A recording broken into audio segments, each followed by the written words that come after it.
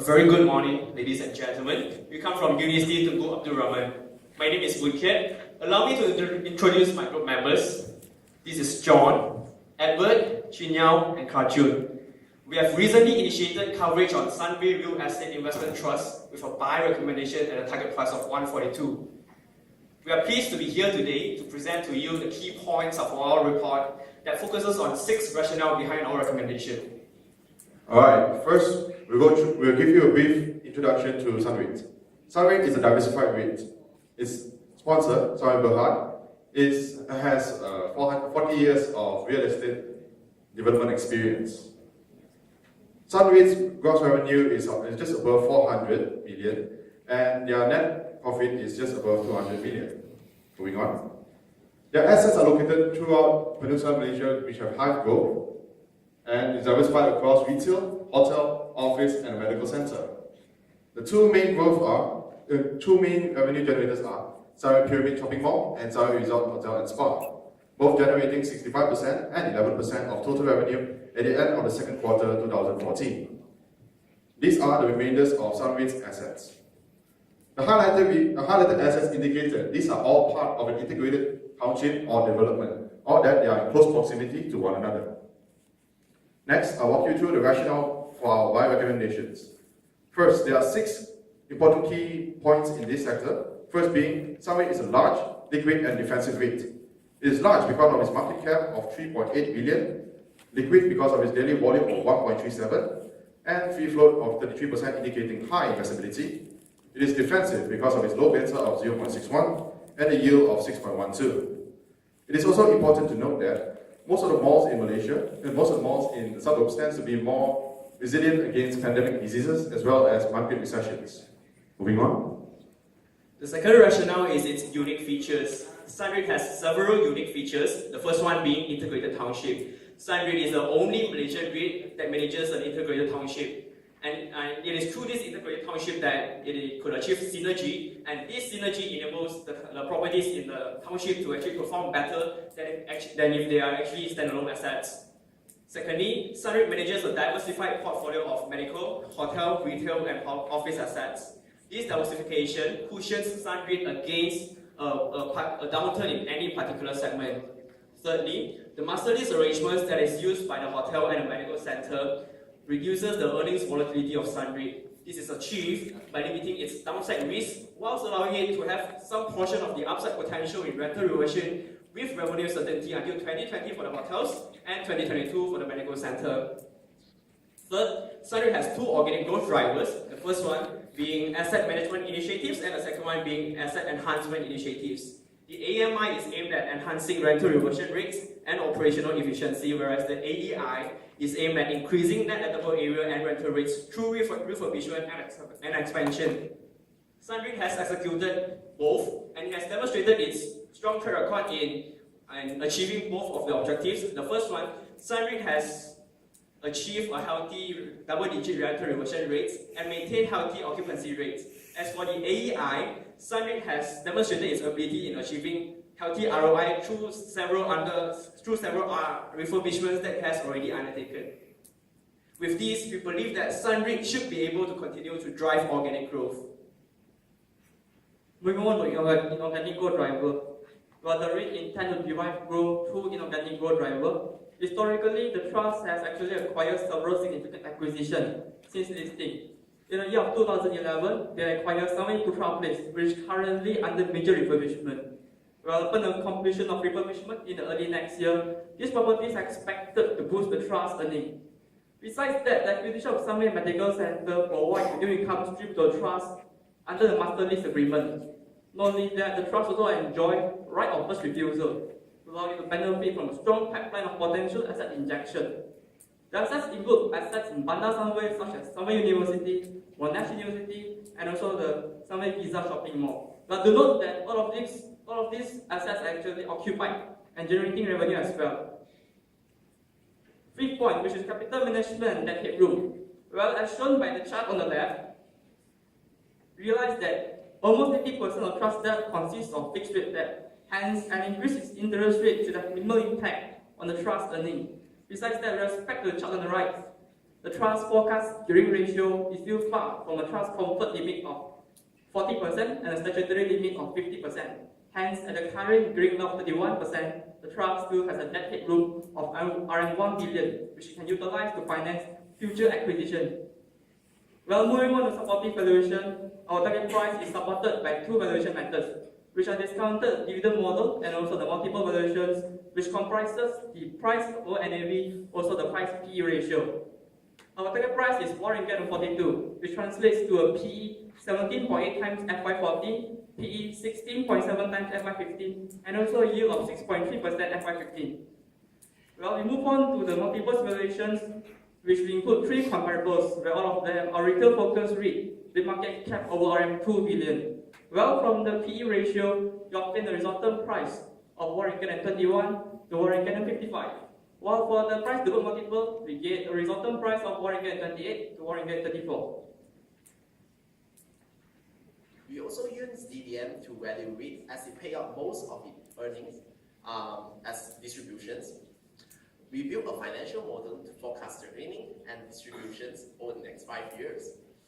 The revenue growth is expected at 6.4% due to the rental reversions, post-refurbishments of Sunway Putra Place, improving hotel room rate, and a stagnant office segment.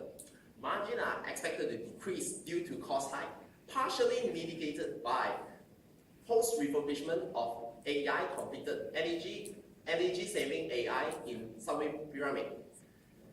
Margins are expected to stabilize thereafter. DPU growth is 5.4% over the forecast period. We have discounted the DPU for 2015 to 2018 back to the valuation point of June 2014 using a cost of equities of 8%, thus arriving at a PV of 32 cents per unit. To account for the value post 2018, we have used the terminal value based on the perpetual growth of 2%, which is relatively low compared to the CPI growth and also HPI growth. Thus, we have a PV of 131 per unit. By summing of these two components of DDM, we arrive at a price of 163 for DDM. As you can see, the terminal value accounts most of the DDM price. As such, we have performed a sensitivity analysis on it, on the discount rate and also the perpetuity growth.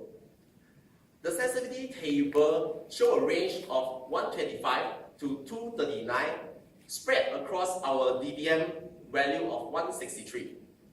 Our multi-color analysis also shows supportive to our buy recommendations. This summarizes all our rationales for our buy recommendation. Let's take a look at some of the risk factors. Firstly, interest rate risk, which would negatively affect the valuations and reduce the attractiveness of the REITs. Secondly, weakened consumer sentiments could further result in lower consumer purchasing powers and negatively affect on the financial position of the retail tenants. Thirdly, competition risk.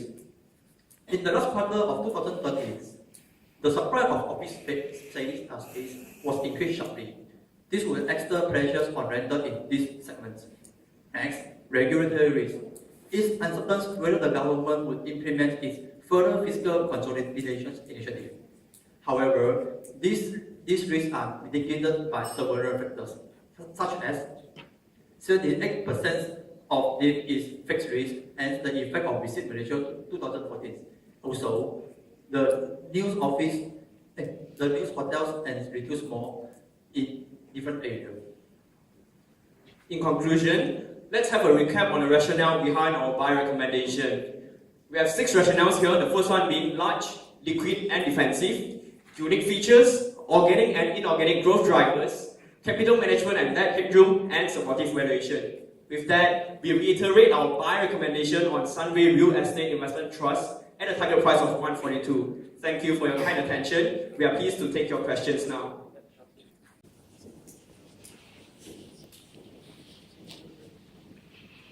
Thank you.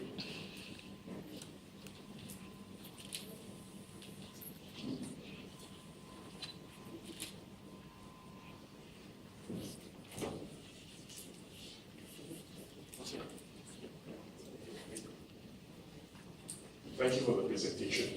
If you turn to your slide number, there's no slide number, your multiple valuations. Okay, yes. How did you arrive at a PE of 14 times?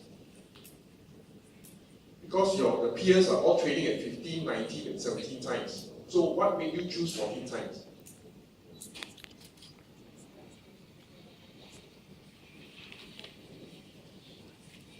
As shown on the slide, our PE ratio is not 14 times, Okay. but rather that one is the financial year core EPU, which we forecasted.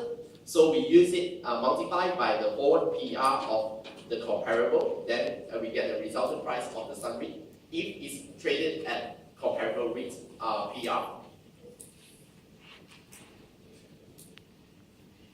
Oh, so you do not have a recommended value based on PE for Sunway REIT. You just have a range of values based on the PR of the competitors. Yes, that's right. Okay. Hey, what's your recommended price to book for Sunway REIT? You also same methodology. You don't have a target value. You only have a range of values for Yes. price to book, based also on the price to book of competitors. Is that right? Yes, that's right. Okay. Yeah. Now moving to your dividend discount model.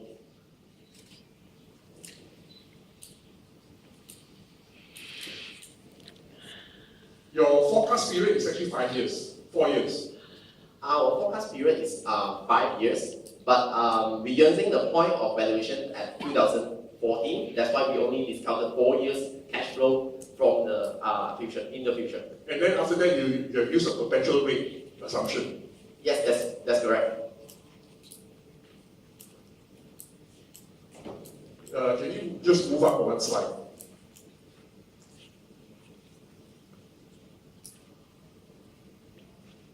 So your cost of equity for Sunway REIT is 7.98. Yeah, that's correct. We approximated it to 8. As for the sensitivity table, for the ease of sensitivity tables. And here you are actually discounting, what are you discounting here? To get to 32 cents over the forecast period, you're actually discounting the dividend, are you? Yes, the distributions per unit that we forecasted over the next, in the 2015, 2016, 2017, and 2018. Okay. For the terminal value, you're also forecasting dividends and then discounting the dividends. No. This is based on the dividend use is constructed from using global growth. So we'll get a value of 17805, but we discounted back to 131. In 2018 terminal value, you are using what again? Sorry, Gordon growth. Yeah. Because the what we call that the terminal value at the end of our models, we will use the distributions of 2018 with a growth rate. Then after that, with the discount rate, we'll get a terminal values. Then we further discount back to today's. Understand? We Understand. discount, yeah. What you're also discounting dividends. Sorry. You're also discounting the distribution. Yeah. During terminal phase. Means we constructed No, what goes into your Gordon formula? On the top. Your Gordon formula, the numerator, the one at the top, is what does it contain? Is the dividend right? Is the dividend from the okay? All right, just want to confirm that. Okay, thanks.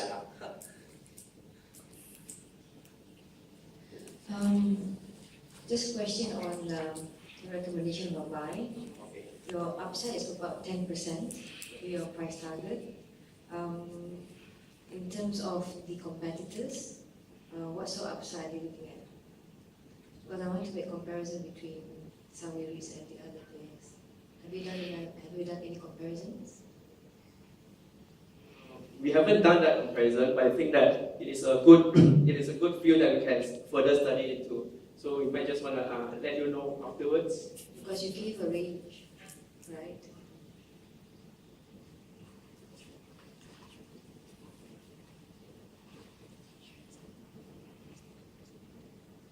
Miss? what is could you just tell me what would be the catalyst that would drive the share price up? The immediate catalyst that will drive the share price up is the completion of Putra Place refurbishment. That's in early next year. Adding to that, for the 2014, most of the more rental reversion is occurring 2014. That's why we're going to drive the 2014 distribution as well. But in our model, we didn't use the 2014 because we used post 2015. Just for your knowledge. I just have a few questions. I don't know how you guys arrive at the terminal value of 178 and then you add another 31 cents. How would higher interest rates affect your targets? Have you factored in higher interest rates going forward? For your information, we are trying to factor in the increase in interest rates. We have even conducted a sensitivity analysis on it for a 1% increase in interest rates. And in a 1% increase in our interest rates would actually result in our DDM model to reach at a resultant price of 151. And the price of 151 is still above our target price of 142, which is why we stand by our buy recommendation. So we are in a higher interest rate scenario. I want to ask, what's your rental reversion schedule? I don't see in your slides. For all the premises. Yeah. For all the premises. Next 3 years, next 5 years, when did they last raise the? Let me briefly bring you through the rental reversions because we didn't include it in, but I can give you a brief for Subway Pyramid. As for Subway Pyramid, we use an average 10%, which is relatively lower. When was the rates last hiked? I'm sorry. When was it raised? The last time you raised? You raise every 3 years, right? You're telling me? Yeah. The most recent one is 2014. Yeah, this financial year, as mentioned just now. In terms of Putra Place, I mean, you say that's your inorganic growth drivers. How much would it add to your NPI? What have you forecasted for 2015, 2016? I don't see it in your slides. We have a model to calculate that. I can compute that for you. Shall we move on to the next questions for my colleague to compute that very quickly?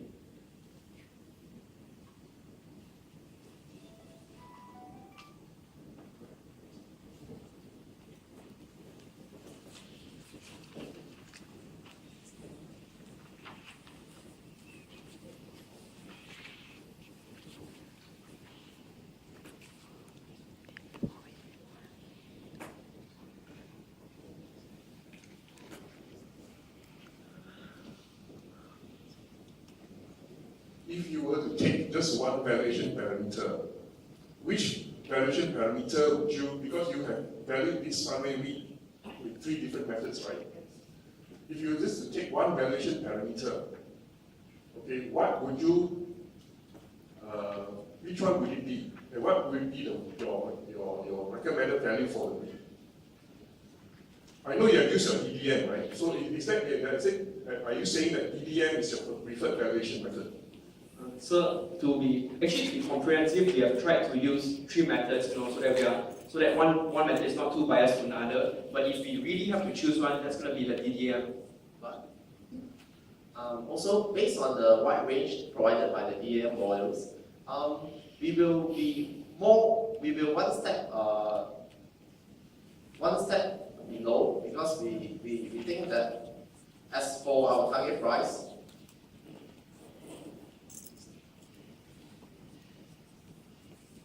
Even if we have used the DDM model, just the DDM model, then we would have probably arrived at a target price of 163. But to be a little bit conservative, as you can see here, inside the rectangular pane, there's also 141 here, which is approximately near our target price of 142.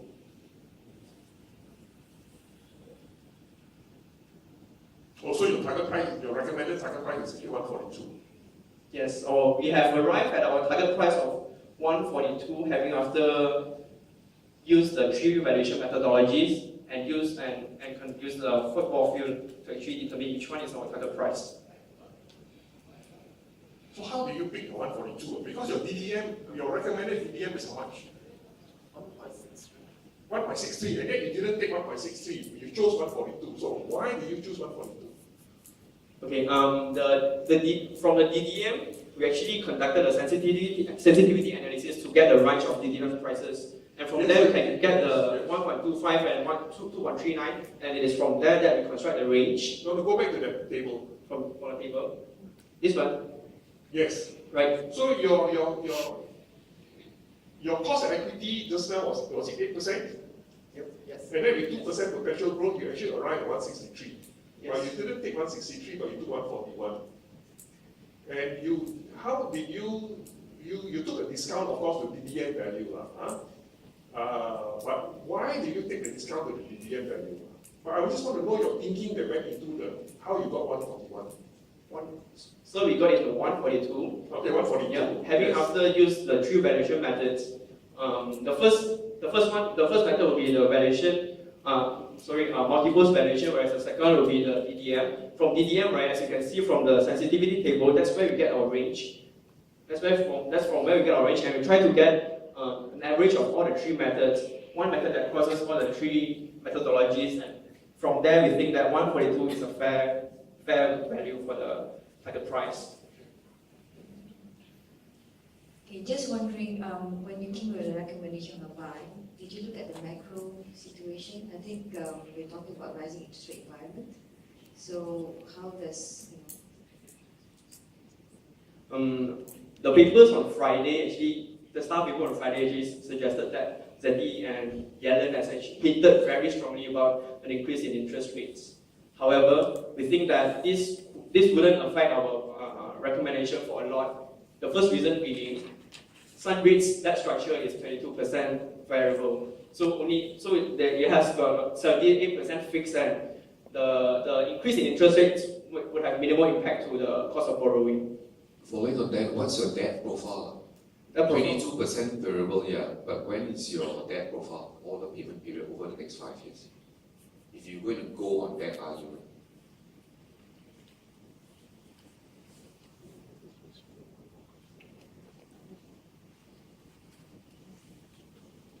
We do have that maturity schedule, and we have incorporated that into our model, right? Which we would be pleased to show after this. that's our last question. Thanks. Thank you so much.